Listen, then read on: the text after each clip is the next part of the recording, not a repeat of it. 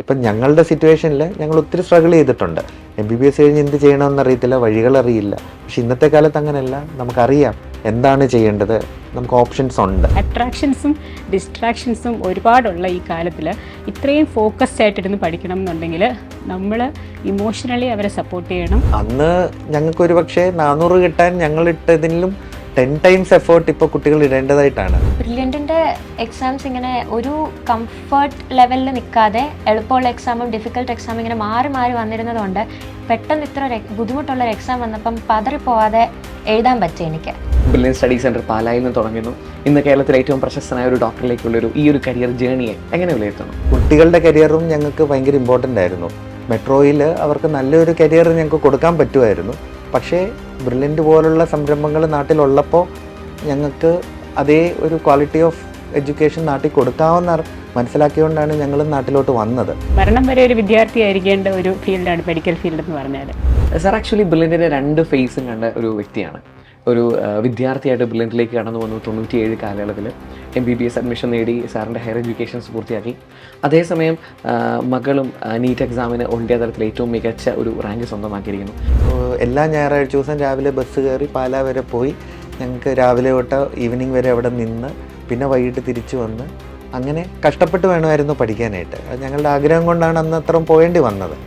പക്ഷേ ഇന്ന് സത്യം പറഞ്ഞാൽ ഞങ്ങളുടെ വീടിനടുത്ത് ബ്രില്യൻ്റ് എത്തിക്കഴിഞ്ഞു.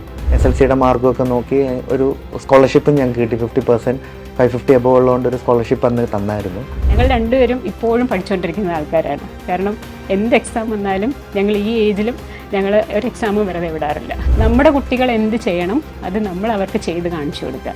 നമ്മളാണ് അവരുടെ എക്സാമ്പിൾസ്. അതായത് നമ്മൾ 5.5 കൊല്ലം MBBS, 3 കൊല്ലം MSL MD സ്പെഷ്യാലിറ്റി ട്രെയിനിങ്, 3 കൊല്ലം MCH ട്രെയിനിങ്, ഓൾമോസ്റ്റ് ഒരു 12 കൊല്ലം ട്രെയിനിങ്. പരീക്ഷയ്ക്ക് പഠിക്കുന്ന ഒന്നും പരീക്ഷ പേപ്പറിൽ എഴുതി മറന്നു പോകാനുള്ള കാര്യങ്ങളല്ല. ഇതെല്ലാം ഡെയിലി ലൈഫിൽ പ്രാക്ടീസ് ചെയ്യാനുള്ള കാര്യങ്ങളാണ്. പുറത്ത് നിൽക്കുന്ന ഒരാൾക്ക് ഇത് ചിലപ്പോൾ ഒരു ഗ്ലോറി, അത് ഒരു ഹാലോ വെച്ചായിരിക്കും ഈ ഒരു പ്രൊഫഷനെ കാണുന്നത്. പക്ഷെ അത്ര ഒരു ഹാലോ ഉള്ള ഒരു പ്രൊഫഷനൊന്നും അല്ല. ഇപ്പം ഇതിന് റാങ്ക് കിട്ടിയ കുട്ടികളും പാരൻസും വിചാരിക്കും വലിയൊരു കടമ്പ കടന്നു. പക്ഷെ ശരിക്കും പറഞ്ഞാൽ വലിയ കടമ്പയിലേക്ക് കടക്കാൻ പോകുന്നതേ ഉള്ളൂ. ഇതുവരെ പഠിച്ചതൊന്നുമല്ല. 15 ഇയേഴ്സെങ്കിലും എടുക്കും ഒരു ആള് സൂപ്പർ സ്പെഷ്യലിസ്റ്റ് ആയിട്ടെങ്കിലും എത്താനായിട്ട്. താല്പര്യമുള്ള കുട്ടികൾ ഇതിനകത്ത് വരണം. ഫോഴ്സ് ചെയ്ത് വിടരുത്. ഫോഴ്സ് ചെയ്ത് വിടുന്ന ഒരു കുട്ടിയും ഇത് എൻജോയ് ചെയ്യാൻ പോകുന്നില്ല.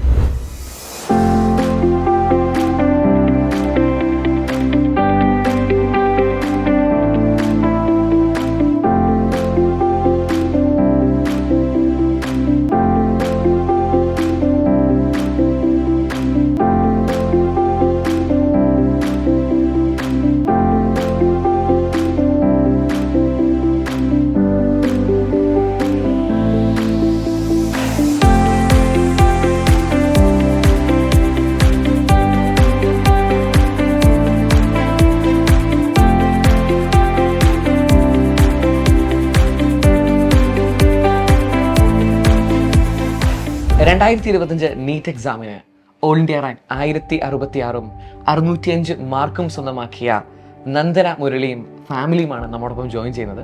ഇത് ശരിക്കും ഒരു ബ്രില്യൻ ഫാമിലി തന്നെയാണ്. നന്ദനയുടെ പിതാവ് 1997 ബാച്ചിലെ ബ്രില്യൻ സ്റ്റഡി സെൻറ്ററിലെ വിദ്യാർത്ഥിയായിരുന്നു doctor Murali Appukuttan sir. Sir ഇന്ന് സർജിക്കൽ ഗാസ്ട്രോ എൻട്രോളജിയിലെ ഏറ്റവും പ്രശസ്തനായ ഒരു ഡോക്ടറാണ്.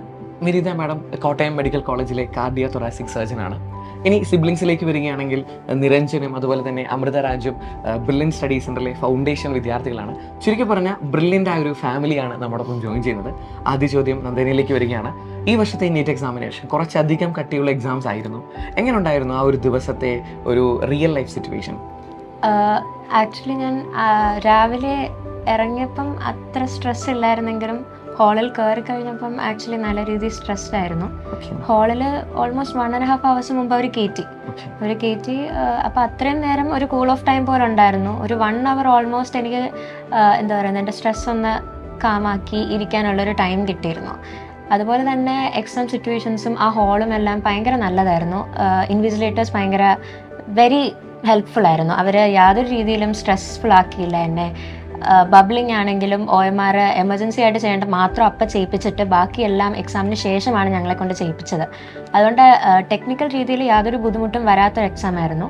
അതുകൊണ്ടും കൂടാണ് എനിക്ക് ഇത്ര നല്ലൊരു സ്കോർ കരസ്ഥമാക്കാൻ പറ്റുമെന്നാണ് ഞാൻ ഉറപ്പായി വിശ്വസിക്കുന്നത്. ഒരുപക്ഷെ ഈ എക്സാം എന്ന് പറയുമ്പോൾ വിദ്യാർത്ഥികൾ എല്ലാവരും ഏറ്റവും കൂടുതൽ ടെൻഷനോടെ എക്സാമുകളിലേക്ക് ചെല്ലുന്നു. കഴിഞ്ഞ വർഷത്തേതുമായിട്ട് വിലയിരുത്തുമ്പോൾ വളരെയധികം കട്ട് ചെയ്യുന്ന വിദ്യാർത്ഥികൾ തന്നെ വിലയിരുത്തുന്നു. എങ്ങനെയാണ് ആ ഒരു സിറ്റുവേഷനെ 3 മണിക്കൂർ എങ്ങനെ ഡീൽ ചെയ്തു? ഞാൻ ആക്ച്വലി ആദ്യം തൊട്ട് സ്ട്രാറ്റജൈസ് ചെയ്തിരുന്നത് ആദ്യം ഫിസിക്സ് വെച്ച് സ്റ്റാർട്ട് ചെയ്യാനായിരുന്നു. പക്ഷേ മെയിൻ എക്സാമിന് ഒരു 1 വീക്ക് ബിഫോർ ഞാൻ ബയോളജി വെച്ച് സ്റ്റാർട്ട് ചെയ്ത് തുടങ്ങി. അതുകൊണ്ട് മെയിൻ എക്സാമിനും ഒന്നും ചേഞ്ച് വരാതെ ബ്രില്യൻ്റ് എക്സാം എങ്ങനെ എഴുതിയോ അതുപോലെ തന്നെയാണ് ഞാൻ എഴുതിയത്. ബയോളജി വെച്ച് തന്നെ സ്റ്റാർട്ട് ചെയ്തു. ഞാനൊരു ടൈം ലിമിറ്റ് വെച്ചിരുന്നു ഓരോ സബ്ജക്റ്റിനും. ആ ടൈം ലിമിറ്റിന് ശേഷം തീർന്നില്ലെങ്കിലും അപ്പം തന്നെ ഞാനത് വിട്ട് അടുത്ത സബ്ജക്റ്റിലേക്ക് പോയിരുന്നു. പിന്നെ ടൈം മാനേജ്മെൻറ്റ് കൊണ്ടാണ് മെയിൻലി ഞാൻ എക്സാം ടൈമിൽ തീർത്തത്. അത് ഇല്ലായിരുന്നെങ്കിൽ എനിക്ക് കുറേ ക്വസ്റ്റ്യൻസ് കാണാൻ പറ്റാതെ വന്നേനെ. ഇത്രയും കട്ടിയുള്ള എക്സാംസ് അല്ലെ ഇതിൽ കൂടുതൽ കട്ടിയുള്ള എക്സാംസ് എഴുതി ട്രെയിൻഡ് ആയിരുന്നു? എങ്ങനെയായിരുന്നു ഒരു സിറ്റുവേഷൻ? ബ്രില്യൻറ്റിൻ്റെ എക്സാംസ് ഇങ്ങനെ ഒരു കംഫർട്ട് ലെവലിൽ നിൽക്കാതെ എളുപ്പമുള്ള എക്സാമും ഡിഫിക്കൽട്ട് എക്സാമും ഇങ്ങനെ മാറി മാറി വന്നിരുന്നതുകൊണ്ട് പെട്ടെന്ന് ഇത്ര ബുദ്ധിമുട്ടുള്ളൊരു എക്സാം വന്നപ്പം പതറിപ്പോവാതെ എഴുതാൻ പറ്റി. എനിക്ക് കുറച്ച് മോക്ക് എക്സാംസ് എഴുതിയിരുന്നു അല്ലാതെ തന്നെ, അതും ഒത്തിരി അധികം ഹെൽപ്പ് ചെയ്തിരുന്നു. അതുകൊണ്ട് ഇത്രയും ഹാർഡായിട്ടൊരു എക്സാം വന്നപ്പം പതറിപ്പോവാതെ എൻ്റെ പീസ് ഓഫ് മൈൻഡ് വെച്ച് എഴുതാൻ പറ്റി. 6ാം ക്ലാസ് മുതൽ ബ്രില്യൻറ്റ് സ്റ്റഡി സെൻറ്ററിൻ്റെ ഭാഗമാണ് നന്ദന മുരളി.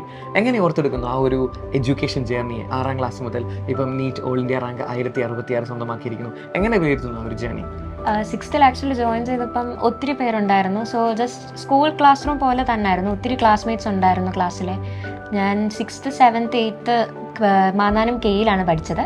അവിടുത്തെ തന്നെ ബ്രില്യൻറ്റ് ബാച്ചിലായിരുന്നു. അത് വീക്കെൻഡ്സ് ആയിരുന്നു മോസ്റ്റ്ലി ഉണ്ടായിരുന്നത്. അതിനുശേഷം 9th കോവിഡ് വന്നപ്പോഴാണ് ഞാൻ പ്ലാസറിലേക്ക് സ്വിച്ച് ചെയ്തത്. അപ്പോഴും ബ്രില്യൻറ്റ് ബാച്ചിൽ തന്നെ ഞാൻ ഉണ്ടായിരുന്നു. ആ 9th 10th ഓൺലൈനായിട്ടാണ് ഞാൻ ബ്രില്യൻറ്റ് പഠിച്ചത്. അതിനുശേഷം 11th ഫൗണ്ടേഷൻ എക്സാം എഴുതിയാണ് ഇൻ്റഗ്രേറ്റഡ് റെസിഡൻഷ്യൽ ബാച്ചിൽ ഞാൻ ജോയിൻ ചെയ്തത്. കേരളത്തിലെ ഒരു വിദ്യാഭ്യാസ സിറ്റുവേഷനിലേക്ക് വരികയാണെങ്കിൽ പലരും പ്രിഫർ ചെയ്യുന്നത് ആദ്യം ബോർഡ് എക്സാമിന് പഠിക്കുക, ബോർഡ് എക്സാമിന് പഠിച്ചതിന് ശേഷം 1 വർഷം ബ്രില്യൻറ്റിലേക്ക് വരിക. ഈ ഒരു ടെൻഡൻസിയാണ് പൊതുവിൽ എല്ലാവരും പറയുന്നത്. അതേസമയം നന്ദനയുടെ സിറ്റുവേഷൻ വരികയാണെങ്കിൽ ബോർഡ് എക്സാമിനൊപ്പം പഠിക്കുന്നു, ബോർഡ് എക്സാമിലും ടോപ്പറാണ്, അതുപോലെ തന്നെ നീറ്റ് എക്സാമിലും ടോപ്പറാണ്.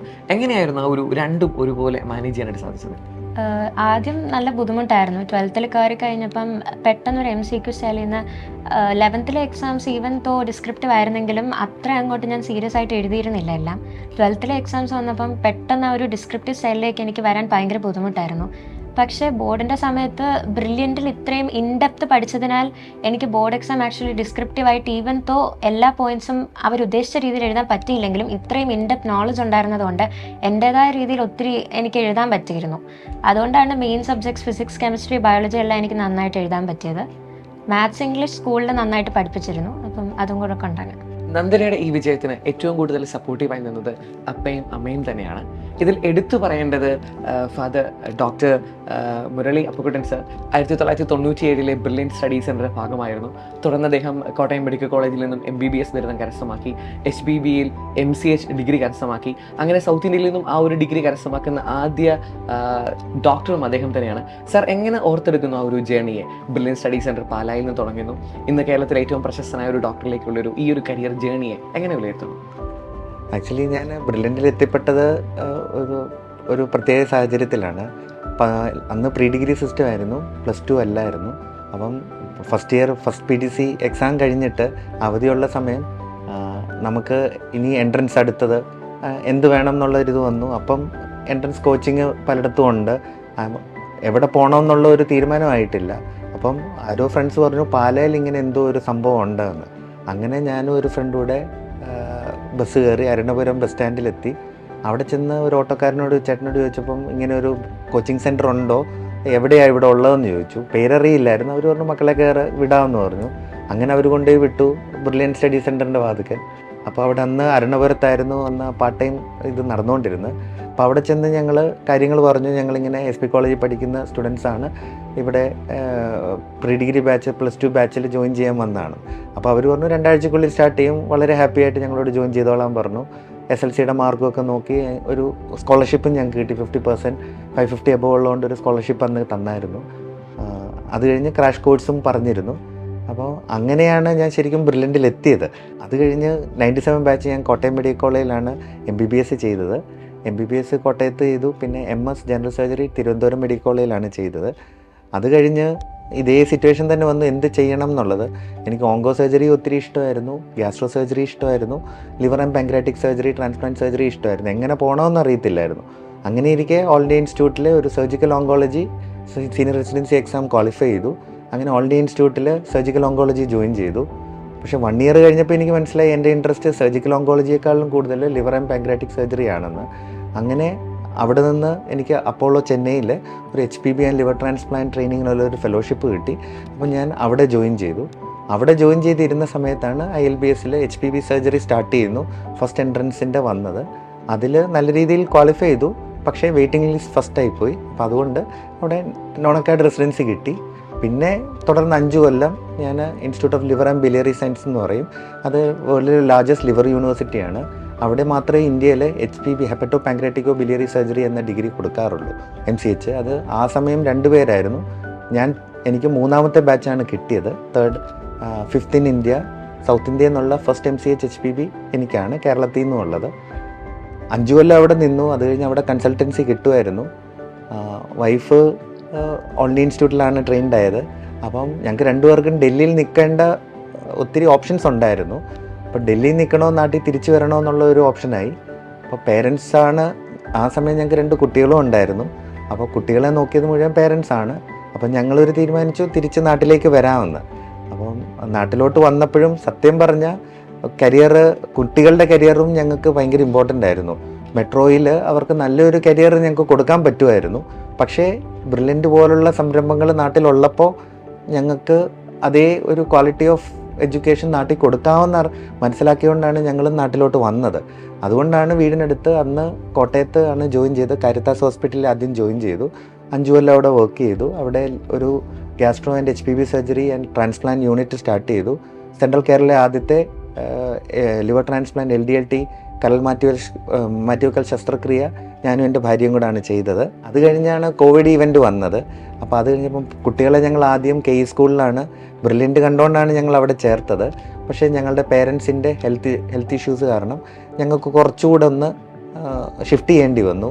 അപ്പോൾ ആ കോവിഡിൻ്റെ സമയത്ത് ഞങ്ങളുടെ ഫാമിലി വെൽബീയിങ്ങിന് വേണ്ടി ഞങ്ങൾ തിരിച്ച് ഞങ്ങളുടെ ചങ്ങനാശ്ശേരിയിലുള്ള കുടുംബ വീട്ടിലേക്ക് തന്നെ ഞങ്ങൾ വീണ്ടും ഷിഫ്റ്റ് ചെയ്തു. അപ്പം പ്ലാസിഡ് എന്ന് പറഞ്ഞൊരു ഓപ്ഷൻ കിട്ടി. ഇതേ ബ്രില്യൻ്റ് ഞങ്ങൾക്ക് കണ്ടിന്യൂ ചെയ്യാൻ പറ്റി. അപ്പോൾ അങ്ങനെ ഇപ്പോൾ പ്രസൻ്റ്ലി ഞാൻ മൂന്ന് ഹോസ്പിറ്റൽസിൽ മെയിനായിട്ട് വർക്ക് ചെയ്യുന്നു. ഒന്ന് ഡോക്ടർ KM ചെറിയാൻ ഇൻസ്റ്റിറ്റ്യൂട്ട് ചെങ്ങന്നൂരും, പുഷ്പഗിരി തിരുവല്ല ഇൻസ്റ്റിറ്റ്യൂട്ടിലും, പിന്നെ ചങ്ങനാശ്ശേരി ചെത്തിപ്പുഴ സെൻറ്റ് തോമസ് ഹോസ്പിറ്റലിലും ആയി വർക്ക് ചെയ്യുന്നു മെയിൻലി. അപ്പോൾ വീട്ടിലെ കാര്യങ്ങളും നടക്കും, കുട്ടികളുടെ കാര്യങ്ങളും നോക്കാൻ സമയം കിട്ടുന്നുണ്ട്. വൈഫ് ഗവൺമെൻറ് സർവീസിലും കയറി. അപ്പം അങ്ങനെ പേരൻസിൻ്റെ കാര്യവും നോക്കാൻ പറ്റി. അപ്പോൾ ബ്രില്യൻ്റ് ഉണ്ടായിരുന്നുകൊണ്ടായിരിക്കണം ഞങ്ങൾക്ക് ഒത്തിരി ഹെൽപ്ഫുള്ളായിരുന്നു. മോക്കിപ്പോഴാണേലും ഞങ്ങളുടേതുപോലെ ഒരു നീറ്റ് എക്സാം എഴുതി വീണ്ടും മെഡിക്കൽ ലൈനിലോട്ട് വരാൻ പറ്റി. എൻ്റെ മകനെ ആണെങ്കിലും അവിടെ തന്നെ ഫൗണ്ടേഷനിൽ ഞങ്ങൾക്ക് കണ്ടിന്യൂ ചെയ്യാൻ പറ്റുന്നു. ചേച്ചിയുടെ മോള് അമൃതയെ, അവളെയും ഞങ്ങൾക്ക് അവിടെ 8th കണ്ടിന്യൂ ചെയ്യിക്കാൻ പറ്റുന്നു. അപ്പോൾ ആ ഒരു ക്വാളിറ്റി ഓഫ് എഡ്യൂക്കേഷന് ഞങ്ങൾക്ക് ഉദ്ദേശിക്കുന്ന രീതിയിൽ എത്തിക്കാൻ പറ്റുന്നുണ്ട്. സാർ ആക്ച്വലി ബ്രില്യൻറ്റിൻ്റെ 2 ഫേസും കണ്ട ഒരു വ്യക്തിയാണ്. ഒരു വിദ്യാർത്ഥിയായിട്ട് ബ്രില്യൻറ്റിലേക്ക് കടന്നു വന്നു 97 കാലയളവിൽ MBBS അഡ്മിഷൻ നേടി സാറിൻ്റെ ഹയർ എഡ്യൂക്കേഷൻസ് പൂർത്തിയാക്കി. അതേസമയം മകളും നീറ്റ് എക്സാമിന് ഓൾ ഇന്ത്യ തലത്തിൽ ഏറ്റവും മികച്ച ഒരു റാങ്ക് സ്വന്തമാക്കിയിരിക്കുന്നു. സാർ ആ ഒരു ഫേസിനെ എങ്ങനെ വിലയിരുത്തുന്നു? അന്നൊരു വിദ്യാർത്ഥിയായി വിലയിരുത്തി ഇന്നൊരു സക്സസ്ഫുൾ ഫാദർ എന്ന രീതിയിൽ മകളുടെ വിജയം നോക്കിക്കണ്ടു നിൽക്കുന്നു. എങ്ങനെ വിലയിരുത്തുന്നു ആ 2 ഫേസുകൾ? അന്നത്തെ സിറ്റുവേഷനിൽ സത്യം പറഞ്ഞാൽ നമുക്ക് റിസോഴ്സസ് വളരെ കുറവായിരുന്നു. അപ്പം SP കോളേജിൽ പഠിച്ചതുകൊണ്ട് അവിടുത്തെ ലൈബ്രറി നമുക്ക് യൂട്ടിലൈസ് ചെയ്യാമായിരുന്നു. പക്ഷേ എന്നാലും എന്താണ് സ്പെസിഫിക്കായിട്ട് പഠിക്കേണ്ടത്, ഇപ്പം നമുക്ക് ഒത്തിരി കാര്യങ്ങൾ ഉണ്ടെന്ന് പറഞ്ഞിട്ട് കാര്യമില്ല. എന്ത് പഠിക്കണം, അതെങ്ങനെ പഠിക്കണം, എങ്ങനെ അപ്ലൈ ചെയ്യണം, എങ്ങനെ എക്സാമിനെ അപ്രോച്ച് ചെയ്യണം, അതനുസരിച്ചാണ് നമുക്കൊരു എക്സാം ക്വാളിഫൈ ചെയ്യുക. പക്ഷേ അന്ന് ഞങ്ങൾക്ക് എല്ലാ ഞായറാഴ്ച ദിവസം രാവിലെ ബസ് കയറി പാലാ വരെ പോയി ഞങ്ങൾക്ക് രാവിലെ തൊട്ട് ഈവനിങ് വരെ അവിടെ നിന്ന് പിന്നെ വൈകിട്ട് തിരിച്ചു വന്ന് അങ്ങനെ കഷ്ടപ്പെട്ട് വേണമായിരുന്നു പഠിക്കാനായിട്ട്. അത് ഞങ്ങളുടെ ആഗ്രഹം കൊണ്ടാണ് അന്ന് അത്രയും പോകേണ്ടി വന്നത്. പക്ഷേ ഇന്ന് സത്യം പറഞ്ഞാൽ ഞങ്ങളുടെ വീടിനടുത്ത് ബ്രില്യൻ്റ് എത്തിക്കഴിഞ്ഞു. അന്ന് ഞങ്ങൾക്ക് ബ്രില്യൻറ്റിനെ തേടി പോകണമായിരുന്നു. ഇപ്പം ബ്രില്യൻ്റ് നല്ല കുട്ടികളെ തേടി നമ്മളുടെ ഡോർ സ്റ്റെപ്സിൽ എത്തിക്കഴിഞ്ഞു. അതൊരു ഭയങ്കര അഡ്വാൻറ്റേജാണ് ഇന്നത്തെ സ്റ്റുഡൻസിന്. പിന്നെ റിസോഴ്സ് കിട്ടാനാണെങ്കിലും ഇപ്പം നമുക്ക് ഇൻ്റർനെറ്റ്, കമ്പ്യൂട്ടർ, സത്യം പറഞ്ഞാൽ കമ്പ്യൂട്ടറൊക്കെ ഉപയോഗിച്ച് പഠിച്ചത് നമ്മൾ വളരെ ലേറ്റായിട്ടാണ്. ഇൻ്റർനെറ്റ് യൂസ് ചെയ്യാൻ പോലും വളരെ ലേറ്റായിട്ടാണ് ഞങ്ങളൊക്കെ പഠിച്ചത്. പക്ഷേ അത് ഇപ്പോഴത്തെ കുട്ടികൾ അത് യൂസ് ചെയ്യുന്ന കാണുമ്പോൾ തന്നെ നമുക്ക് വളരെ, കാരണം അവർ ചെറുപ്പം മുതലേ ഇലക്ട്രോണിക് ഗാഡ്ജറ്റ്സും ഒക്കെ യൂസ് ചെയ്തതായിരുന്നു. ടെക്നോളജി വളരെയധികം ഉയർന്നു. അതുകൊണ്ട് ഇപ്പം വീട്ടിലിരുന്നാണെങ്കിലും ആ കോവിഡിൻ്റെ സമയത്ത് 2 കൊല്ലം സെയിം നമുക്ക് ക്ലാസ്സുകൾ കണ്ടിന്യൂ ചെയ്യാൻ പറ്റി. ഒരിക്കൽ പോലും കോഴ്സ്, ഇപ്പം പഴയ സിറ്റുവേഷനാണെങ്കിൽ ആ 2 കൊല്ലം വെറുതെ നഷ്ടപ്പെട്ടു പോകത്തേ ഉള്ളൂ, എന്ത് പഠിക്കണമെന്ന് അറിയത്തില്ല. പക്ഷേ ആ ഫൗണ്ടേഷൻ കോഴ്സ് കണ്ടിന്യൂ ചെയ്യാൻ പറ്റി പിള്ളേരുടെ. പക്ഷെ ഇന്നാണേലും അന്നത്തെ സമയം നമ്പർ ഓഫ് സ്റ്റുഡൻസിന് കിട്ടുന്ന എണ്ണം ആദ്യം കുറവായിരുന്നു. ഇന്നിപ്പോൾ നമ്മൾ നോക്കുമ്പോൾ ഒരു 90% കേരളത്തിൽ നിന്ന് കിട്ടണമെങ്കിൽ നമുക്ക് ബ്രില്യൻറ്റിൽ എത്തിയാലേ പറ്റുള്ളൂ. ബ്രില്യൻറ്റിലെ അതുപോലുള്ള നല്ലൊരു ഇൻസ്റ്റിറ്റ്യൂട്ടിൻ്റെ കോച്ചിങ് ഇല്ലാതെ നമുക്ക് എത്താൻ പറ്റാത്തൊരു കോമ്പറ്റീഷൻ ലെവൽ എത്തിയിരിക്കുന്നു. പക്ഷേ അപ്പോൾ അത് ബ്രില്യൻറ്റ് വളരെ നല്ല രീതിയിൽ ചെയ്യുന്നു.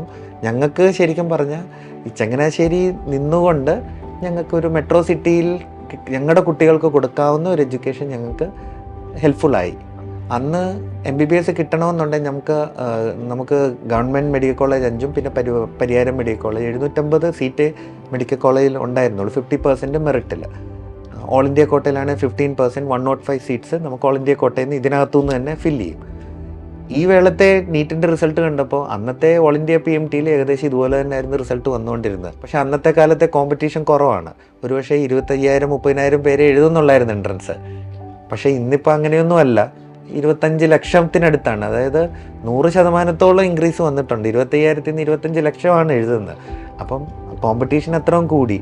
ഇതുപോലെ ഇപ്പോഴത്തെ കുട്ടികൾക്ക് കുറച്ചുകൂടെ റിസോഴ്സ് അവൈലബിൾ ആണ്. അപ്പം അന്ന് ഞങ്ങൾക്കൊരു പക്ഷേ 400 കിട്ടാൻ ഞങ്ങളിട്ടതിലും 10 ടൈംസ് എഫേർട്ട് ഇപ്പോൾ കുട്ടികൾ ഇടേണ്ടതായിട്ടാണ്. ഇപ്പം മോള് പഠിച്ച അത്ര ഒന്നും ഇൻഡെപ്ത് ഞങ്ങളൊക്കെ പഠിച്ചിട്ടുണ്ടോ എന്ന് ഞങ്ങൾക്ക് അറിയുകയില്ല. കാരണം ഈ ഒരുപക്ഷെ ഇന്നായിരുന്നേ ഞങ്ങൾക്ക് ഉറപ്പില്ല ഞങ്ങൾക്ക് മെഡിസിൻ കിട്ടുമായിരുന്നു എന്ന്. കാരണം കോമ്പറ്റീഷൻ ലെവൽ കൂടി, എല്ലാ കുട്ടികളും നന്നായിട്ട് പഠിക്കും. അപ്പം ആ ഒരു കോമ്പറ്റീഷൻ ഭയങ്കരമായിട്ട് കൂടി. അത് ഹെൽത്തി ആണോ അൺഹെൽത്തി ആണോ എന്നുള്ളതാണ്. മജോറിറ്റി ഇപ്പോൾ ഒരു അൺഹെൽത്തി ലെവലിലോട്ട് പോകുന്നു കോമ്പറ്റീഷൻ കൂടിയിട്ട്. അപ്പോൾ അന്ന് അങ്ങനെയല്ല, ഒരു ഓറിയൻറ്റേഷനുണ്ട്, നമുക്ക് കറക്റ്റ് സ്ഥലത്ത് ചെന്നാൽ കിട്ടുമായിരുന്നു. ഇപ്പോൾ കറക്റ്റ് സ്ഥലവും വേണം, നമ്മൾ ഹാർഡ് വർക്കും വേണം, പിന്നെ നമ്മളുടെ സമയവും നല്ലതാണ്. എല്ലാം ശരിയായാലേ. നന്ദനയുടെ വിജയത്തിന് ഏറ്റവും കൂടുതൽ സപ്പോർട്ടീവായിട്ട് നിന്നത് വിനീത മാമാണ്. കോട്ടയം മെഡിക്കൽ കോളേജിലെ കാർഡിയോ തൊറാസിക് സർജനാണ്.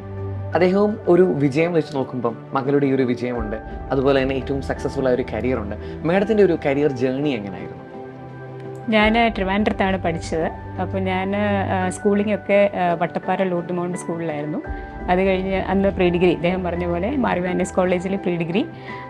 അന്ന് ബ്രില്യൻ്റ് ഇല്ല ട്രിവാൻഡ്രത്ത്. അപ്പോൾ അവിടുത്തെ ഒരു കോച്ചിങ് സെൻറ്ററിൽ ഈ പറഞ്ഞ 10th റാങ്ക് ഉണ്ടായിരുന്നതുകൊണ്ട് 100% സ്കോളർഷിപ്പോട് കൂടി ആണ് ഒരു എൻട്രൻസ് പ്രിപ്പറേഷൻ ഒരു 2 ഇയർ കോഴ്സായിട്ട് ചെയ്തു.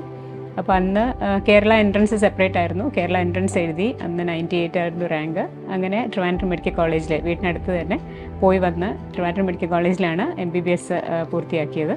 അത് തന്നെ അവിടെ തന്നെ MS ജനറൽ സർജറിയിൽ 3 വർഷം കംപ്ലീറ്റ് ചെയ്തു. അത് കഴിഞ്ഞിട്ട് കാർഡിയോ തൊറാസിക് സർജറിയിൽ കൂടുതൽ പഠിക്കണം എന്നുള്ള ആഗ്രഹം ഉണ്ടായിരുന്നു. അപ്പോൾ അങ്ങനെ എൻട്രൻസുകളൊക്കെ ഇന്ത്യയിലെ എല്ലായിടത്തും നടന്ന് എൻട്രൻസ് എഴുതുന്ന ഒരു സമയമായിരുന്നു. അപ്പോൾ അന്ന് എനിക്ക് PGI ചണ്ഡീഗഡും GB പന്ത്, ശ്രീചിത്ര അങ്ങനെ ഇൻസ്റ്റിറ്റ്യൂട്ടൊക്കെ കിട്ടി. പക്ഷേ എൻ്റെ ഒരു ഭയങ്കര ആഗ്രഹമായിരുന്നു ഓൾ ഇന്ത്യ ഇൻസ്റ്റിറ്റ്യൂട്ട് ഡൽഹിയിൽ പഠിക്കണം എന്നുള്ളത്. അപ്പോൾ അതിന് ഏറ്റവും അധികം സപ്പോർട്ട് ചെയ്തത് എൻ്റെ ഹസ്ബൻഡാണ്. കാരണം ഓൾ ഇന്ത്യ ഇൻസ്റ്റിറ്റ്യൂട്ട് ഡൽഹിയിൽ പ്രത്യേകിച്ച് ഒരു ലേഡിക്ക് കിട്ടുക എന്ന് പറഞ്ഞാൽ, കാർഡിയോ തൊറാസിക് സർജറി കിട്ടുക എന്ന് പറഞ്ഞാൽ അതൊരു ഇമ്പോസിബിൾ, ഈ പറഞ്ഞ പോലെ അൺറിട്ടൺ റൂൾ എന്ന് തന്നെ എല്ലാവരും, എൻ്റെ ആഗ്രഹം പറയുമ്പോൾ തന്നെ എല്ലാവരും പറയുമായിരുന്നു അതിന് ശ്രമിക്കണ്ട, നടക്കത്തില്ല എന്ന്. അപ്പോൾ നമുക്കൊരു വാശി വരുമല്ലോ, അങ്ങനെ ഒരു കാര്യം നടക്കത്തില്ല എന്ന് പറഞ്ഞാൽ അതെങ്ങനെയെങ്കിലും നടത്തണം എന്നുള്ള. അപ്പം ഇദ്ദേഹം വളരെയധികം സപ്പോർട്ട് ചെയ്തു. അങ്ങനെയാണ് ഞാൻ പിന്നെ ഓൾ ഇന്ത്യ ഇൻസ്റ്റിറ്റ്യൂട്ടിൽ പോയി. ആദ്യത്തെ തവണ ഞാൻ തിയറി ക്വാളിഫൈ ചെയ്തെങ്കിലും എനിക്ക് ഇൻ്റർവ്യൂവിൽ കിട്ടിയില്ല. അപ്പോൾ ഞാൻ അവരോട് റിക്വസ്റ്റ് ചെയ്തു ഒരു നോൺ അക്കാഡ് സീനിയർ റെസിഡൻ്റായിട്ട് വർക്ക് ചെയ്യാൻ. അങ്ങനെ ഒരു 4 months അവിടെ വർക്ക് ചെയ്തു. നെക്സ്റ്റ് ടൈം ഞാൻ എൻട്രൻസ് എഴുതി ഓൾ ഇന്ത്യ ഇൻസ്റ്റിറ്റ്യൂട്ടിൽ അക്കാഡമിക് SR ആയിട്ട് ജോയിൻ ചെയ്തു. അപ്പോൾ 3 years അവിടെ വർക്ക് ചെയ്തു. അത് കഴിഞ്ഞിട്ട് അവിടെ കണ്ടിന്യൂ ചെയ്യാൻ ഓപ്ഷൻ ഉണ്ടായിരുന്നു. പക്ഷേ ആ സമയം 2 കുട്ടികൾ നാട്ടിലായിരുന്നു. അപ്പോൾ ഞാൻ ഡൽഹി പോകുമ്പോഴത്തേക്ക് നന്ദനയ്ക്ക് ഒരു 2.5 years നിരഞ്ജന് 4 months ആയിരുന്നു സമയം. അപ്പം ഞാൻ എന്തായാലും ഇനിയിപ്പോൾ ഡൽഹി എന്ന് പറയുന്ന ഒരു സ്ഥലത്ത് കുട്ടികൾ വളരുന്നതിനോട് ഞങ്ങൾക്ക് 2 പേർക്കും താല്പര്യം ഉണ്ടായിരുന്നില്ല. അപ്പോൾ അവർ നാട്ടിൽ നിൽക്കണം, നമ്മുടെ കൾച്ചറും പിന്നെ എനിക്കാണെങ്കിലും പുറത്ത് സ്ഥിരമായി താമസിക്കാൻ താല്പര്യമില്ല. അപ്പോൾ അങ്ങനെ ഞങ്ങൾ തിരിച്ച് ഞാൻ നാട്ടിൽ വന്നു. അപ്പോൾ അങ്ങനെ പിന്നെ കോട്ടയം മെഡിക്കൽ കോളേജിൽ ജോയിൻ ചെയ്തു. അപ്പോൾ അന്ന് ജോയിൻ ചെയ്ത് കഴിഞ്ഞൊരു 4 ഇയേഴ്സ് കണ്ടിന്യൂസ് ആയിട്ട് വർക്ക് ചെയ്തതിന് ശേഷം കുറച്ച് നാൾ പ്രൈവറ്റിൽ 3 ഇയേഴ്സ് കാരിത്താസിലുണ്ടായിരുന്നു. അതിനുശേഷം ഗവൺമെൻറ്റിൽ റീജോയിൻ ചെയ്തു. ഇപ്പോൾ ലാസ്റ്റ് 3.5 ഇയേഴ്സ് ആയിട്ട് കോട്ടയം മെഡിക്കൽ കോളേജിൽ കടത്തുറസിക് സർജറിയിൽ അസിസ്റ്റൻറ്റ് പ്രൊഫസറായിട്ട് വർക്ക് ചെയ്യുന്നു. അപ്പോൾ ഇതിനിടയ്ക്ക് കുറച്ച് ഹയർ ട്രെയിനിങ്ങിന് വേണ്ടിയിട്ട് ഹാർവാർഡിൽ, കേംബ്രിഡ്ജിലും കാനഡ സിക്കിഡ്സിലും ഒക്കെ പോയി ഷോർട്ട് ടേം ട്രെയിനിങ്സ് എടുത്തിട്ടുണ്ട്. അപ്പോൾ മോള് ഈ ഫീൽഡിലേക്ക് വരുന്ന ഞങ്ങൾ രണ്ടുപേരും ഞങ്ങളായിട്ട് പ്രോത്സാഹിപ്പിച്ചിട്ടില്ല. കാരണം ഞങ്ങളെപ്പോഴും അവരോട് പറഞ്ഞിട്ടുണ്ട്, ഇതൊരു സാധാരണ ജോലി പോലെ പഠിച്ചു കഴിഞ്ഞ് ജോലിയായി പിന്നെ ബുക്ക് അടച്ചു വെച്ചു, അങ്ങനെ ഒരു ഫീൽഡല്ല ഇത്. ഇതെന്ന് വെച്ചാൽ ഡെയിലി ഒത്തിരി അഡ്വാൻസ്മെൻറ്റ്സ് നടക്കുന്നൊരു ഫീൽഡാണ്. അപ്പം നമ്മൾ അതുപോലെ പഠിച്ചുകൊണ്ടിരിക്കണം. നമ്മൾ മരണം വരെ ഒരു വിദ്യാർത്ഥി ആയിരിക്കേണ്ട ഒരു ഫീൽഡാണ് മെഡിക്കൽ ഫീൽഡ് എന്ന് പറഞ്ഞാൽ. മാത്രമല്ല, ഇപ്പം ഞങ്ങൾ എന്തെങ്കിലും ഒരു ഫാമിലി ഇവൻറ്റ് പ്ലാൻ ചെയ്താൽ ഒന്നിൽ ഇദ്ദേഹം സ്റ്റക്കാവും, അല്ലെങ്കിൽ ഞാൻ സ്റ്റക്കാവും. ലാസ്റ്റ് മിനിറ്റ് ക്യാൻസലേഷൻ എന്ന് പറഞ്ഞാൽ ഞങ്ങളുടെ വീട്ടിലൊരു സ്ഥിരം പരിപാടിയാണ്. പക്ഷേ കുട്ടികളത് യൂസ്ഡ് ആണ്, അവർ അഡ്ജസ്റ്റിംഗ്. അപ്പം ഞങ്ങളുടെ ഈ ഒരു ടൈറ്റ് ഷെഡ്യൂൾ കണ്ടിട്ട് ആർക്കെങ്കിലും ഈ ഫീൽഡിൽ ഇൻട്രസ്റ്റ് ഉണ്ടാവുന്നെങ്കിൽ ഞങ്ങളായിട്ട് നിരുത്സാഹപ്പെടുത്തത്തില്ല എന്ന് വിചാരിച്ചു. അപ്പോൾ അങ്ങനെ മോള് ആദ്യമൊക്കെ ഒരു സ്പേസ് സയൻസ്, കൽപ്പന ചൗളയുടെ ഒരു ഫാനൊക്കെ ആയിരുന്നു. അപ്പോൾ ഒരു മേ ബി ഒരു 9th 10th വരെയൊക്കെ അങ്ങനെയായിരുന്നു. അപ്പം ഞങ്ങളും സന്തോഷിച്ചു, ഞങ്ങളുടെ ഫീൽഡിലോട്ട് വേണ്ട, സ്പേസ് സയൻസിലോട്ട് പോട്ടെ എന്ന്. പക്ഷേ മേ ബി 10th ആയപ്പോൾ അവളൊരു ബയോളജി സ്ട്രീം സെലക്ട് ചെയ്യാം. അപ്പോൾ ഞങ്ങളുടെ രണ്ടുപേരുടെ ലൈഫ് കണ്ടിട്ട് ജെനുവിനായിട്ട് മെഡിക്കൽ സയൻസിലോട്ട് ഇൻട്രസ്റ്റ് ഉണ്ടെന്ന് പറഞ്ഞപ്പോൾ ഞങ്ങൾ സപ്പോർട്ട് ചെയ്തു. അവളുടെ ഇൻട്രസ്റ്റോട് കൂടി അവൾ വരട്ടെ എന്ന് തീരുമാനിച്ചു. രണ്ടുപേരോട് ചേർത്തൊരു ചോദ്യം കൂടെ ചോദിക്കാൻ ആഗ്രഹിക്കുകയാണ്. നിങ്ങൾ രണ്ടുപേരും ഹൈലി ക്വാളിഫൈഡ് ആയിട്ടുള്ള സക്സസ്ഫുൾ ആയ ഡോക്ടേഴ്സാണ്. മകളിതാ ഇപ്പം നീറ്റ് ഓൾ ഇന്ത്യ റാങ്ക് ഏറ്റവും ടോപ്പായിട്ട് സ്കോർ ചെയ്ത് നിൽക്കുകയാണ്. ഒരു പക്ഷേ ഒത്തിരി വിദ്യാർത്ഥികൾ നീറ്റ് എക്സാമിന് പ്രിപ്പയർ ചെയ്യണം എന്ന് കരുതുന്നവരുണ്ട്. അവരെ എങ്ങനെ ഗൈഡ് ചെയ്യണമെന്ന് കൺഫ്യൂഷൻ അടിച്ചിരിക്കുന്ന ഒത്തിരി പേരൻസ് ഉണ്ട്. അവരോട് രണ്ടുപേർക്കും നിങ്ങൾക്ക് എന്താണ് പറയാനുള്ളത്? ഞാൻ ആഗ്രഹിക്കുന്ന ചോദ്യം ഒരു വിദ്യാർത്ഥിയുടെ ആംഗിളിൽ വേണം, അതുപോലെ തന്നെ ഒരു മാതാപിതാക്കളുടെ ആംഗിളിലുമാണ് ഞാനൊരു ഉത്തരം പ്രതീക്ഷിക്കുന്നത്. ബേസിക്കലി ഇൻട്രസ്റ്റ് ഉള്ള കുട്ടികൾ ഈ ഫീൽഡിലോട്ട് വരികയാണെങ്കിൽ വളരെയധികം പ്രയോജനമുള്ളതാണ്. നമ്മൾ ഒന്നാലോചിക്കുമ്പോൾ ഇപ്പോൾ നമ്മൾ എൻട്രൻസിന് എഴുതുന്ന ആൾക്കാരുടെ എണ്ണം കൂടി, കോമ്പറ്റീഷൻ കൂടി, അത് ഹെൽത്തി അൺഹെൽത്തി ഞാൻ പറഞ്ഞില്ലേ, അത് ഏത് ലെവലിലോട്ടും എത്താം ഇനിയുള്ള ഫ്യൂച്ചറിൽ. അപ്പോൾ MBBS സീറ്റുകളാണെങ്കിലും കറസ്പോണ്ടിങ്ലി അന്ന് ഞാൻ പറഞ്ഞ 750-800 സീറ്റുകളിൽ നിന്ന് ഓൾമോസ്റ്റ് 4000 സീറ്റ് തന്നെയായി കേരളത്തിൽ തന്നെ. ഓൾ ഓവർ ഇന്ത്യ തന്നെ 1,00,000 മേളിൽ MBBS സീറ്റുകളായി കഴിഞ്ഞു. അപ്പോൾ അത്രയും ഡോക്ടേഴ്സ് ഓരോ വർഷവും ഇറങ്ങിക്കൊണ്ടിരിക്കുകയാണ്. അതുപോലെ തന്നെ ഇപ്പം പണ്ടാണ് MBBS പഠിച്ചു കഴിഞ്ഞാൽ നമുക്ക് എന്തെങ്കിലും സെറ്റിൽ ചെയ്യാമെന്നുള്ള ഒരു ഫീൽ ഉണ്ടായിരുന്നു. ഇപ്പോൾ അത് മാറി MBBS കഴിഞ്ഞ് സ്പെഷ്യലൈസേഷൻ വേണം, MD മെഡിസിനോ MS സർജറിയോ എടുക്കുക. ഇനി അതുകൊണ്ടും തീരുന്നില്ല, അത് കഴിഞ്ഞ് സൂപ്പർ സ്പെഷ്യാലിറ്റി ട്രെയിനിങ്. ഇപ്പോൾ ഇപ്പോഴത്തെ സിറ്റുവേഷനിൽ സൂപ്പർ സ്പെഷ്യാലിറ്റി ട്രെയിനിങ്, അതായത് നമ്മൾ 5.5 കൊല്ലം MBBS, 3 കൊല്ലം MS MD സ്പെഷ്യാലിറ്റി ട്രെയിനിങ്, 3 കൊല്ലം MCH ട്രെയിനിങ്, ഓൾമോസ്റ്റ് ഒരു 12 കൊല്ലം ട്രെയിനിങ്. പക്ഷേ ഇതിൻ്റെ ഇടയ്ക്ക് എൻട്രൻസ് എഴുതാനും ബോണ്ടുകൾ, ഇതെല്ലാം കൂടി വരുമ്പോൾ ഓരോ വർഷം MBBS കഴിയുമ്പോൾ ചിലപ്പോൾ 1-2 കൊല്ലം ചില സ്റ്റേറ്റുകളിൽ ബോണ്ട് കാണും. MS അത് കഴിഞ്ഞിട്ട് പ്രിപ്പയർ ചെയ്യാനുള്ള സമയം എടുക്കാം, 1 കൊല്ലം 2 കൊല്ലം. അത് കഴിഞ്ഞിട്ട് PG ചെയ്യുന്നു, അത് കഴിഞ്ഞിട്ട് വീണ്ടും ചിലപ്പോൾ ബോണ്ട് വരാം. പിന്നെയും നമുക്ക് ഇതുപോലുള്ള പ്രിപ്പയർ ചെയ്യാനുള്ള ടൈം പീരീഡ്. അപ്പോൾ ഒരു 15 years എങ്കിലും എടുക്കും ഒരു ആൾ സൂപ്പർ സ്പെഷ്യലിസ്റ്റ് ആയിട്ടെങ്കിലും എത്താനായിട്ട്. അതുകൊണ്ടും ഇപ്പോൾ എങ്ങും എത്തുന്നില്ല. ഇപ്പോൾ അത് കഴിഞ്ഞിട്ട് ഫെലോഷിപ്പ് കോഴ്സുകൾ വരികയാണ്, അതും 1-2 കൊല്ലം. പലപ്പോഴും ഇത് സംഭവിക്കുന്നതെന്ന് പറഞ്ഞാൽ കുട്ടികൾ പഠിക്കുന്നതിനിടെ അവരുടെ ഫാമിലിയെ പറ്റിയും ചിന്തിക്കണം. പലരും പഠിച്ചിറങ്ങുമ്പോൾ അവർക്കൊരു ഫാമിലി കാണും, കുട്ടികൾ കാണും. 35 വയസ്സെങ്കിലും എടുക്കും ശരാശരി ഒരു MBBS വിദ്യാർത്ഥി 18 വയസ്സിൽ കയറി, 18 അല്ലെങ്കിൽ 20 വയസ്സിനുള്ളിൽ MBBSന് കയറി ഒരു സൂപ്പർ സ്പെഷ്യലിസ്റ്റ് കൺസൾട്ടൻ്റായിട്ട് ഇറങ്ങുമ്പോൾ. അപ്പോൾ പേരൻസ് എപ്പോഴും അവരെ സപ്പോർട്ട് ചെയ്യാൻ റെഡി ആയിരിക്കണം. ഇപ്പം ഞങ്ങളുടെ സിറ്റുവേഷനിൽ ഞങ്ങൾ ഒത്തിരി സ്ട്രഗിൾ ചെയ്തിട്ടുണ്ട്. MBBS കഴിഞ്ഞ് എന്ത് ചെയ്യണമെന്നറിയത്തില്ല, വഴികളറിയില്ല. പക്ഷെ ഇന്നത്തെ കാലത്ത് അങ്ങനെയല്ല, നമുക്കറിയാം എന്താണ് ചെയ്യേണ്ടത്, നമുക്ക് ഓപ്ഷൻസ് ഉണ്ട്. പക്ഷേ ഓരോ തവണയും നമുക്ക് ഒറ്റയ്ക്ക് യാത്ര ചെയ്യാൻ ബുദ്ധിമുട്ടായിരിക്കും. ഫാമിലി സപ്പോർട്ട് വളരെ ഇമ്പോർട്ടൻ്റ് ആണ്. ഈവൻ ഞങ്ങൾക്ക് ഇതുവരെ എത്താൻ പറ്റിയത് ഞങ്ങളുടെ പേരൻസ് ഞങ്ങളെ സപ്പോർട്ട് ചെയ്തുകൊണ്ടാണ്. ഞങ്ങൾ സൂപ്പർ സ്പെഷ്യാലിറ്റി ട്രെയിനിങ് എടുക്കുമ്പോൾ ഞങ്ങൾക്ക് 2 കുട്ടികളായിരുന്നു. 2.5-3 വയസ്സുള്ള കുട്ടിയും വിനിത പോയപ്പോൾ 4 മാസം ഉള്ള കുട്ടിയെ ഇട്ടിട്ടാണ് MCHന് ട്രെയിനിങ്ങിന് പോയത്. അപ്പം ഞങ്ങളുടെ പേരൻസാണ് അവരെ നോക്കി തന്നത്.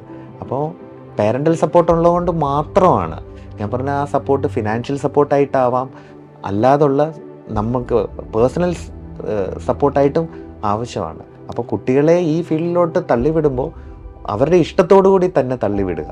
അതായത് നമ്മൾ സ്ട്രഗിൾ ചെയ്താലേ ഏതെങ്കിലും ഒരു ലെവലിൽ എത്തുകയുള്ളൂ എന്നുള്ളൊരു സത്യം അവർക്ക് മനസ്സിലാക്കി കൊടുക്കുക.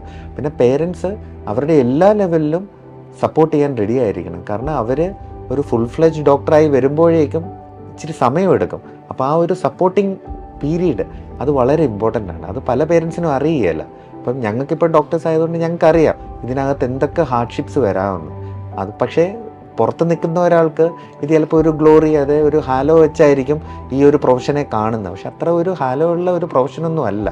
നമുക്ക് പലപ്പോഴും ഒത്തിരി സാക്രിഫൈസുകൾ ചെയ്യേണ്ടി വന്നേക്കാം പേഴ്സണൽ ലൈഫിലും നമ്മളുടെ എസ്പെഷ്യലി ഫാമിലി ലൈഫിൽ. അപ്പം ആ ഒരു സംഭവം മനസ്സിലാക്കി വേണം ഈ ഫീൽഡിലോട്ട് കുട്ടികൾ വരാനും പേരൻസ് അവരെ സപ്പോർട്ട് ചെയ്യണം. ഡെഫിനറ്റ്ലി ഇൻട്രസ്റ്റ് ഉള്ള കുട്ടികൾ ഇതിനകത്ത് വരണം. പഠിക്കുന്ന കുട്ടികൾ വന്നാലേ ഉള്ളൂ അടുത്ത തലമുറ.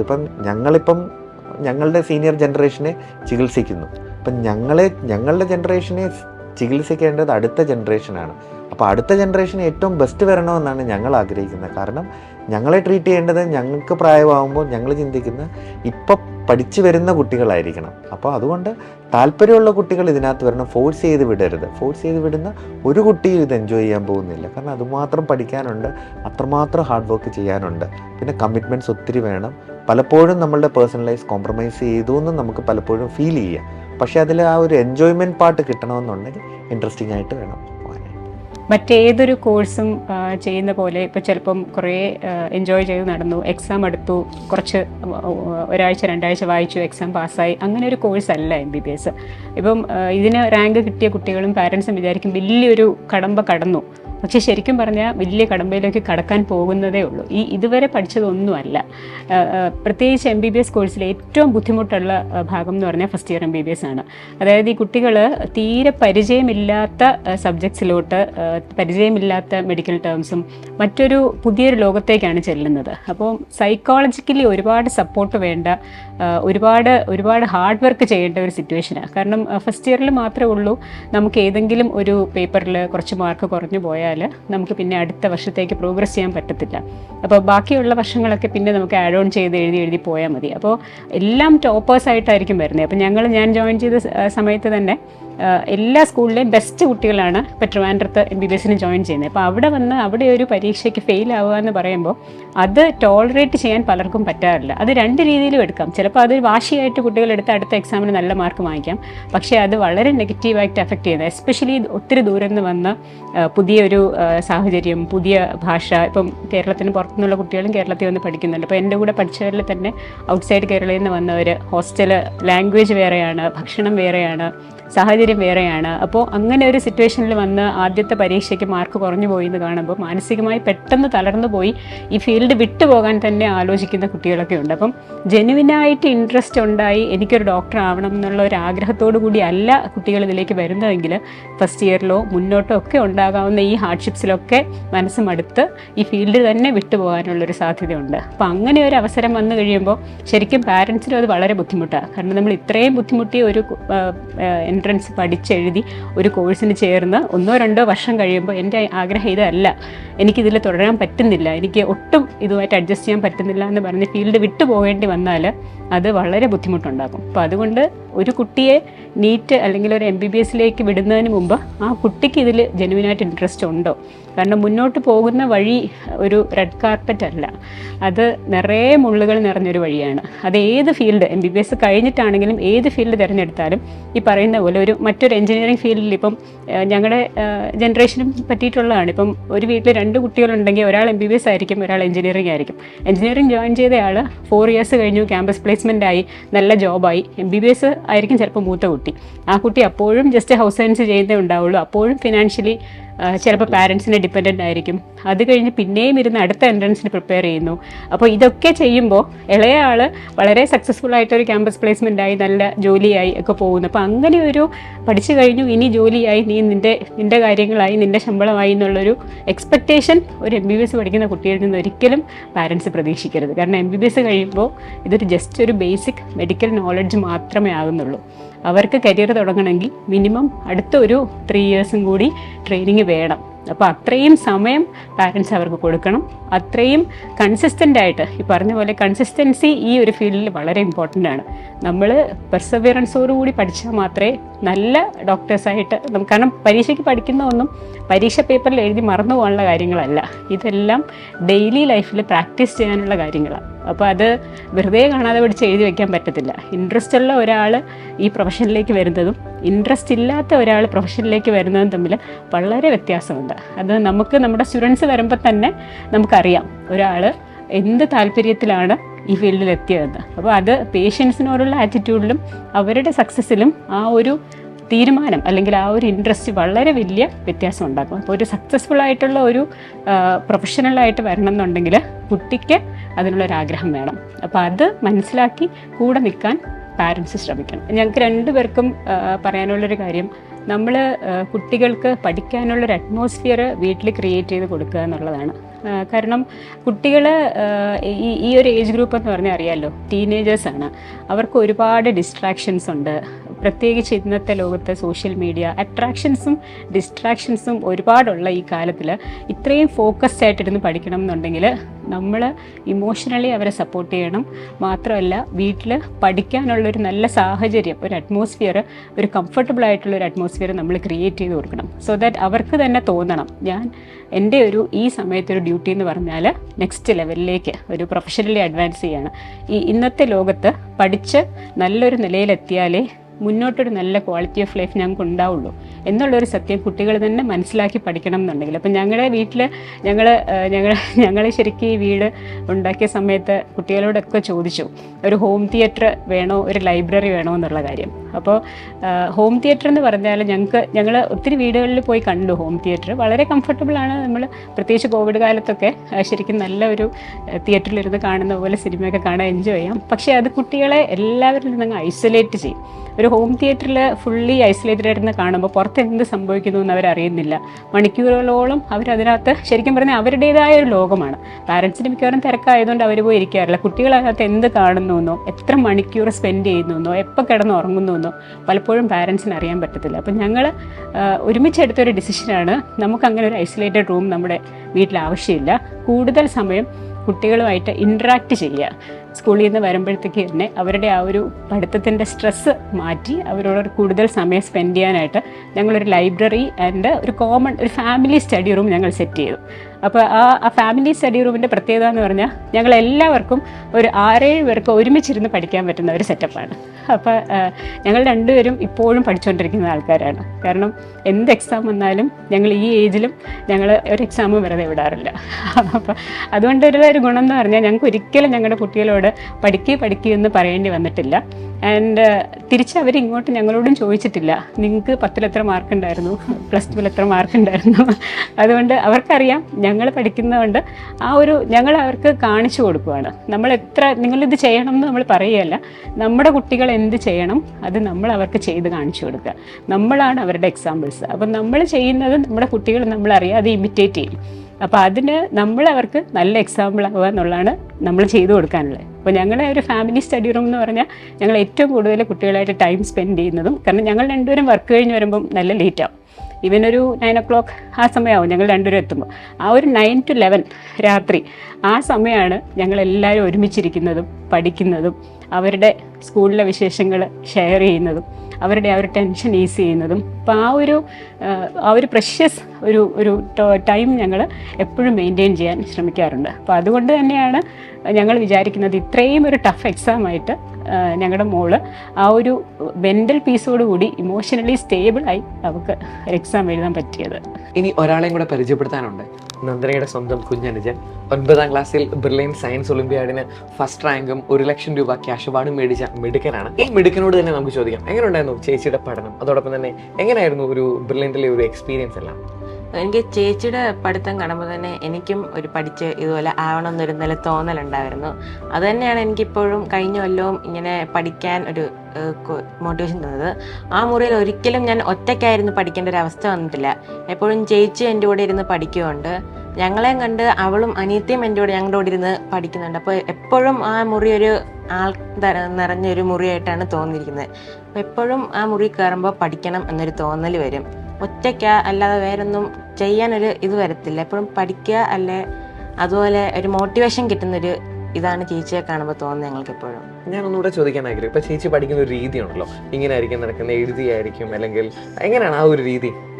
ചേച്ചി മിക്കവരും ഈ ഫിസിക്സ് ഒക്കെ പഠിക്കുമ്പോൾ ഫോർമുലാസ് അല്ലേ ഓരോ പേപ്പറിൽ എഴുതി, ആ ഫോർമുലാസ് തന്നെയാണ് പരീക്ഷയുടെ ഒരു ദിവസം ഒന്നോ രണ്ടോ ദിവസം തലേന്നിരുന്ന് റിവ്യൂ ചെയ്യുന്നതും. അങ്ങനെയാണ് ചേച്ചി ലാസ്റ്റ് മിനിറ്റ് റിവിഷൻ നടത്തുന്നത്.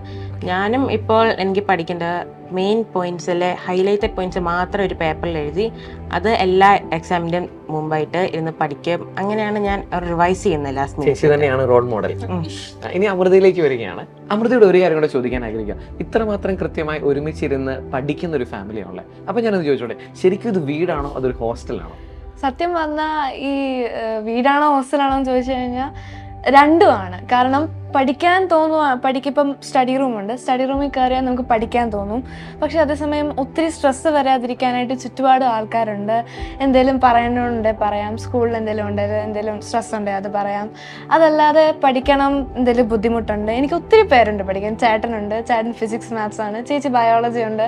പിന്നെ അഥവാ എനിക്ക് എന്തെങ്കിലും ഡൗട്ട് വരുമോ, എന്തെങ്കിലും ക്ലിയറൻസ് വേണമെങ്കിൽ എനിക്ക് മാമനും അമ്മായോടും ചോദിക്കുകയും ചെയ്യാം. പിന്നെ ഇതിനെ ഒരു വീടാക്കുന്നത് തന്നെ ഞങ്ങളുടെ ഒരുമയാണ്. അപ്പോൾ ഒരുമിച്ചിരിക്കുമ്പം പഠിക്കാനും തോന്നും, എൻജോയ് ചെയ്യാനും പറ്റും. അതുകൊണ്ട് ആ ഒരു അറ്റ്മോസ്ഫിയർ തന്നെ ഞങ്ങളെ ഒത്തിരി സഹായിച്ചിട്ടുണ്ട്.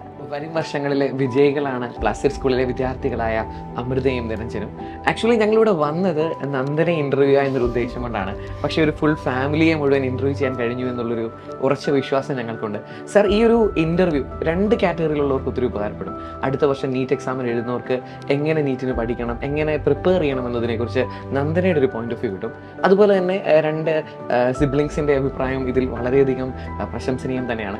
ഇതിനേക്കാൾ കൂടുതൽ പ്രാധാന്യം നൽകപ്പെടേണ്ടത് എങ്ങനെയാണ് ഒരു മാതാപിതാക്കൾ സ്റ്റുഡൻസിനെ ട്രെയിൻ ചെയ്യേണ്ടത്, ആ ഒരു കാറ്റഗറിയിൽ സ്റ്റുഡൻസിനെ എങ്ങനെ നയിച്ചാലാണ് അവർക്കൊരു ഡ്രീം കരിയർ സ്വന്തമാക്കാൻ സാധിക്കുന്നത്, സ്വന്തം ലൈഫ് കൊണ്ട് സ്വന്തം കരിയർ കൊണ്ട് ഒരു എക്സാമ്പിൾ സെറ്റ് ചെയ്യാനായിട്ട് നിങ്ങൾക്ക് സാധിച്ചിട്ടുണ്ട്. സർ, എല്ലാവിധ ആശംസകളും ഈ ഒരു ഫാമിലിക്ക് തരികയാണ്. ഇതിൽ കൂടുതൽ വിജയങ്ങൾ ഇനി ഉണ്ടാവട്ടെ എന്ന് ഞങ്ങൾ ആശംസിക്കുന്നു. Thank you sir, thank you very much.